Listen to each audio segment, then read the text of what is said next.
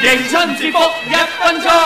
蕭公子你好，陳公子你好。年初15元宵佳節，中國情人節，梗要出嚟行下呢個彩燈會，食下年糕，食下湯圓咁啦。咦，靚女喎，陳公子。好似係喎，小姐。兩位公子你好。點稱呼你呢？想知道我姓乜嘢啊？猜到呢個燈謎咪知咯。好，主動一點，猜一個字。咁主動，即係見你兩位咁有誠意，俾得一個簡單啲嘅你哋咧。數字題都係猜一個字，10乘5。